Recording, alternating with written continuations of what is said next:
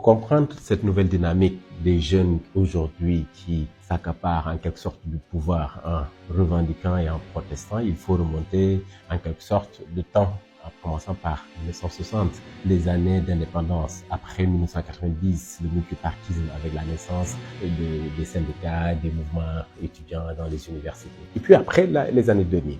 Maintenant, avec les années 2000, nous avons eu l'arrivée d'Internet, l'arrivée des réseaux sociaux, notamment en 2004, 2005, 2006. Et c'est toute cette évolution qui aujourd'hui a permis en quelque sorte à une nouvelle génération de s'approprier de ces outils nouveaux, de ces technologies pour s'imposer. Pourquoi? Parce qu'il y a eu une génération post-indépendance, la génération X, voire baby boomer. Et puis après, il y a une génération Y, ceux qui ont vu naître l'outil informatique, l'ordinateur. Et puis après, la génération Z, la génération qui a vu naître l'intelligence artificielle ou qui est née dans l'intelligence artificielle. Puis après va venir la génération alpha. Donc cette génération proteste et a des exigences que souvent les leaders qui sont issus de la génération baby boomer ou de la génération X ne comprennent pas. Donc nous avons une dissonance entre deux générations, deux conflits de générations, entre ceux qui sont immergés dans Internet et qui comprennent le monde d'une nouvelle manière avec d'autres réalités,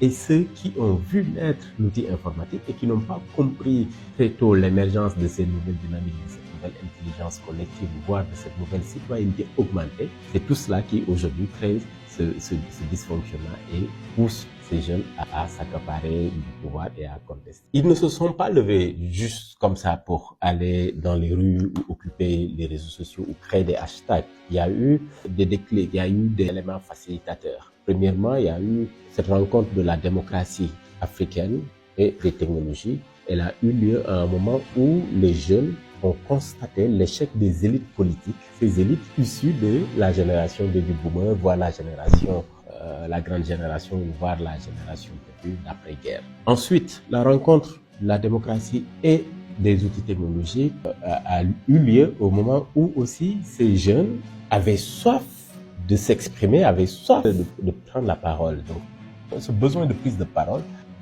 s'est libéré, s'est exprimé naturellement avec des plateformes d'expression comme les réseaux sociaux et les plateformes de sociabilisation. Cette rencontre a eu lieu à un moment où l'Afrique parle le même langage que les autres continents. Et les Africains utilisent les mêmes technologies et sont au même niveau, j'allais dire, que les autres du monde. On utilise les mêmes outils informatiques, les mêmes langages de programmation, les mêmes téléphones portables et on est sur les mêmes plateformes d'échange et d'interaction. Et donc, c'est ce qui fait que, naturellement, il y a de nouveaux éléments d'appréciation de la politique et de la démocratie.